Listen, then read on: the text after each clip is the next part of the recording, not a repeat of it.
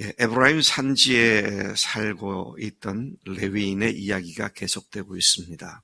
그가 자기 집을 음행을 하고 행음을 하고 집을 나간, 그래서 4달 동안 돌아오지 않은 자기 첩을 데리러 베들레헴으로 갔다가 닷새 만에 돌아오는 길이었습니다.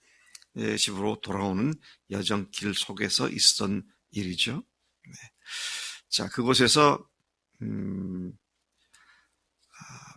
베들레헴에서 장인이 오늘도 하루 더 쉬어라. 여기서 더 먹고 기력을 차리고 그렇게 가자. 근데 그가 이미 5째 날까지 이런 상황이었기 때문에 더 이상 미룰 수가 없어서 오후 늦은 시각이지만 자기 첩을 데리고 자기 집으로 출발을 했습니다. 오늘 말씀은 그렇게 밤이 시작되는 시각에 여부스를 지나 좀 더 가서 기브아라는 동네에 도착을 하여 그곳에서 그들이 유숙한 사실에 관한 이야기를 기록해주고 있습니다. 11절부터 15절까지 내용을 보면 기브아에서 유숙하기 위하여 그 동네로 들어간 레위인의 이야기를 다루고 있습니다. 그들이 여부스에 가까이 갔을 때, 제가 다시 말씀드립니다마는 베들레헴을 출발해서 여부스는 예루살렘을 얘기하는데 거기까지는 아마 이들 첩도 있고 이런 걸 보면 2시간 정도 걸었지 않았을까. 그러니까 오후 한 4시쯤 출발을 해서 6시, 이제 해가 기울기 시작한 6시쯤에 예루살렘 여부스에 가까이 도착을 하지 않았을까, 그런 생각을 합니다. 자, 그래서 그 종이 함께 갔던 하인이 주인님, 이제 해가 산에 넘어갑니다. 그러니까 우리 여부스에 들어가서 이 밤을 여기서 지내도록 하십시다. 자, 그렇게 요청을 하죠. 자, 그러나 이제 그 레위인, 그가 주인이죠. 그 주인이 대답하기를 우리가 돌이켜 이스라엘 자손에게 속하지 아니한 이방 사람의 성으로 들어가지 말자. 우리의 동족인 기브아로 나아가자. 기브아로 나가자. 기브아도 역시 예루살렘으로부터 한 8km 정도. 요즘 예루살렘을 가면 거의 한 도시가 되어 있음을 보게 되는데요. 그렇게 8km 정도를 더 가서 기브아에서 하룻밤을 지내자. 왜? 여기 여부스는 이방인 땅 아니냐. 이방인들이 살고 있지 않지 않냐. 그러니 우리 동족이 살고 있는 기브아로 가는 것이 좀 더 안전하겠다. 이런 생각을 하고 이렇게 얘기를 한 것으로 보여집니다. 그 마을은 이방인 여우수 사람들이 사는 곳이 아니라 그들의 동족인 이스라엘 지파 사람들이 살고 있었기 때문에 그것이 더 안전하다고 여겼던 것을 보죠. 14절에 보니까 불과 얼마 지나지 않아서 그들은 모두 가던 길을 재촉하여 앞으로 나갔고 베냐민 지파에 속한 기브아에 가까이 이르렀습니다. 근데 그때 완전히 해가 졌습니다. 어둠이 짙어지기 시작을 하죠. 그래서 이제는 더 이상 길을 가는 것이 위험하게 되었기에 기브아에 가까이 갔을 때 그들은 그곳으로 들어가기로 발걸음을 옮겼고 들어가서 전혀 거기도 아는 사람이 없는 동네니까 넓은 길가에 그들이 앉았습니다. 무슨 얘기입니까? 넓은 길가라면 장터를 얘기하는 것이죠. 또는 뭐 조금 더 의미를 부여한다면 동네 사람들이 필요할 때 모이는 광장 같은 곳이라 그렇게 얘기를 할 수 있습니다. 그런데 여기에 세 사람, 레위인과 그의 첩과 그의 하인 세 사람과 또 나귀 2마리가 덩그러니 앉아서 자기들을 집으로 안내해 줄 사람이 없을까? 그런 기다리고 있는 모습을 우리가 여기서 상상해 볼 수 있습니다. 근데 얼마 만에 시간이 지났어도 아무도 그들을 영접해 주지 않았습니다. 이스라엘 사람들의 삶의 기준이 바로 율법이었죠. 근데 그 율법에 의하면 세 종류의 사람들에 대해서는 특별히 은혜와 자비를 베풀고 모른 척하지 말라고 하셨는데 그 세 종류의 사람들이 고아와 과부와 나그네된 자들이었습니다.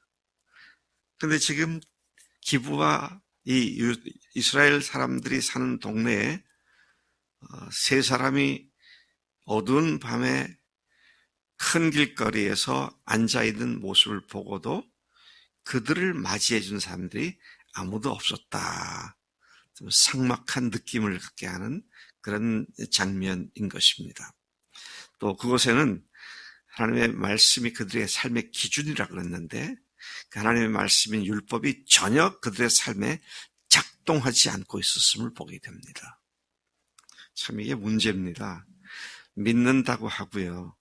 예수님이 나의 주님이시다고 말을 하는데 실제로 주님께서 그 속에서 작용하실 수 있는 룸을 들이지 않아서 주님이 그 속에서 역사할 수 없는 이런 우리들의 모습을 똑같이 여기서 보게 됩니다. 자기들은 이방인들을 하대하고 이방인들을 몰아내고 하나님께서 주신 땅에서 이방인과 똑같은 짓을 하고 있는 그런 모순을 여기서 보게 되는 것입니다. 우리가 내일 말씀에서 우리가 보겠습니다만은 이스라엘 전 역사상 이렇게 타락한 일은 전무후무했습니다. 정말 끔찍한 일들을 벌이는데 여러분 구약에 나오는 성읍들 중에 가장 타락한 성읍 하면 뭐가 연상됩니까? 소돔과 고모라. 소돔과 고모라 똑같은 짓을 한 것이 기브아의 이스라엘 사람들이었습니다. 참 무서운 타락의 끝자락을 보여주고 있는 타락의 끝판을 보여주고 있는 그런 당시 유대인들의 이스라엘 사람들의 모습을 보게 됩니다. 자, 그런데 한 노인이 밭에서 일을 하고 집으로 돌아가던 중에 그들을 발견하게 되었습니다. 그래서 그 노인이 그 나그네들에게 다가갔습니다. 그대들은 어디서부터 와서 지금 어디로 가는 중이냐. 그러니까 여차여차해서 베들레헴으로부터 에브라임 산지로 가는 중입니다. 근데 우리를 영접해 준 사람이 아무도 없네요. 그렇게 답을 하죠. 그리고 특별히 그가 뭐라고 말을 하고 있냐면 예루살렘에 있다가 이제 여호와의 집으로 가는 중입니다. 그렇게 말을 했어요. 여호와의 집으로 간다는 말, 자기 집을 에브라임 산지라고 얘기했는데 왜 여호와의 집이라고 그랬을까? 그 에브라임 산지에 바로 실로가 있었죠. 실로가 바로 이스라엘이 이 가나안 땅을 정복한 후에 하나님의 법궤를 모신 성막을 거기다가 설치를 했고 그가 레위인이었으니까 그 성막에 가서 하나님을 섬기는 일을 했었던 사람임을 충분히 짐작할 수가 있는데 그가 내가 우리 집으로 가는 중입니다 그러지 않고 여호와의 집으로 가는 중이다 이 말은 자기가 유대인으로서 하나님을 섬기는 그런 일을 하는 사람입니다. 그렇게 자기 신분을 얘기하고 있는 장면으로 보여지고 있습니다. 자, 그가 그렇게 하나님의 집 실로에 있는 성막을 하나님의 집을 자기 집이라고 여호와의 집이라고 말을 하는 것을 듣고 이 노인이 그와 그 모든 일행들을 자기 집으로 영접을 합니다. 염려하지 말라. 당신들이 먹을 것이나 이거 다 우리가 있으니까 우리 집에 와서 편히 쉬라고. 그러니까 이 사람은 또 아니라고 먹을 거 이런 건 다 우리 갖고 있다고. 자, 그렇게 해서 아름다운 모습으로 그 집에 들어가게 됩니다. 참 이 말씀을 이렇게 보면서요. 하나님은 언제나 이렇듯이 선한 사람들을 각곳에 준비시켜 놓았구나. 이 사실을 또한 보게 되죠. 그런 사람들 통해서 어려운 위험한 위경에 처해 있는 사람들을 지켜주시고 또 사랑을 베풀게 해주시는 분이심을 보게 됩니다.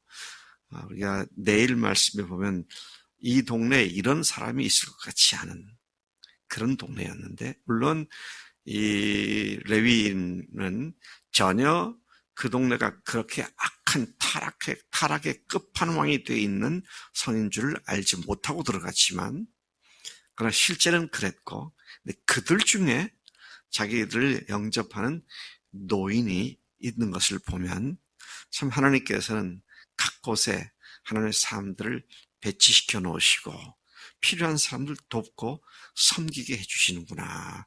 그런 생각을 하게 되는 것이죠. 오늘 우리가 이 말씀을 보면서 생각하게 되는 것은, 주님, 제가 주님께서 준비한 선한 사람이 되게 하셔서 제가 있는 곳에서 필요한 사람들을 잘 돕고 섬길 줄 아는 그런 역할을 하는 사람이 되게 해주십시오. 그런 기도로 주 앞에 나가야 할 줄로 믿습니다. 오늘 우리가 해가 져서 갈 곳이 없는 곤란한 지경에 있는 사람들, 특별히 어제도 말씀드렸습니다만 해가 지면 왜 위험합니까? 당시에 어디든지 있었던 맹수들의 위험이 있고요. 또 강도의 위험도 있고 산적 도둑 떼들에 대한 위험도 있고 그런 상황이죠. 제가 미국에서 살면서 깜짝 놀란 것 중에 하나가, 우리는 뭐 여기서 밤에 잠깐 나갔다 오는 거 별로 문제 없잖아요. 네. 고은비는 여기서 밤 한 10시쯤에 길마트에 가서 뭘 사와야겠다. 그러고 나갈 때 두려워해, 안 해? 응? 무서워? 여기서 뭘 만든다고? 겁쟁이네. 근데 웬만하면 그냥 나가다가 무슨 일을 당했구나 생각하지 않고 갔다 오죠. 근데 미국은 보니까요, 해졌다 하면 못 나가요, 못 나가. 참 무서운 세상이구나. 근데 옛날 지금부터 3,000여 년 전으로 돌아가서 그 당시에 이게 얼마나 무서웠겠는가. 자, 그런데 갈 곳이 없다. 정말 막막하죠. 정말 막막합니다. 제가 유학할 당시에 텍사스 서쪽으로 갔다가 밤에 차를 몰고 12시간 거리를 운전을 하고 오다가 도저히 안 되겠어. 자야겠다. 그때는 인터넷도 아직 없었고 뭐 예약할 수 있는 시스템이 아니었기 때문에 전혀 지도에도 잘 표시가 안 되는 조그만 마을이 나오더라고요. 그래서 무작정 거기에 이제 모텔이 있는 표지는 있으니까 들어갔죠. 들어가는데 이 동네가 완전히 멕시칸 동네예요. 근데 외부에서 이상한 차가 들어오니까 다 쳐다봅니다. 겁나더라고요. 그래서 그날 들어가자마자 그냥 문 잠그고 잤죠. 다들 피곤해가지고. 아침에 일어나서 차에 갔더니 차에 펑크가 나 있더라고요. 누가 아마 원래 쑤셔놓은 것 같아. 그래서 할 수 없이 그 동네 겨우 타이어 집을 찾아가지고 타이어 수리를 하고 떠날 수가 있었죠. 근데 외지에 갈 곳이 없는데 그러면 굉장히 위험하게 되죠. 자, 그런 상황에 하나님께서 한 노인을 그들에게 보내주셨다. 우리가 하나님께서 항상 우리를 쓰실 수 있도록 준비된 존재로 쓰임받는 우리가 되기를 간절히 소망합니다. 하나님 아버지 감사합니다. 이 아침에 에브라임 산지의 레위인이 그 일행이 겪은 곤란한 지경에 하나님께서 준비한 사람을 만나게 하신 이 사건을 보면서 오늘 우리도 곤란한 지경에 있는 사람들을 돕는 그런 사람들로 쓰임 받도록 우리를 붙잡아 주장해 주시는 줄로 믿습니다. 하나님, 우리가 도움만 받는 자들이 아니라 도움을 주는 자로서 하나님의 종으로, 하나님의 일꾼으로 쓰임 받도록 우리를 부르신 줄로 믿습니다. 그렇게 우리가 매일의 삶을 살 수 있도록 인도해 주옵소서. 감사합니다. 예수님의 이름으로 기도를 쌉나이다. 아멘, 아멘.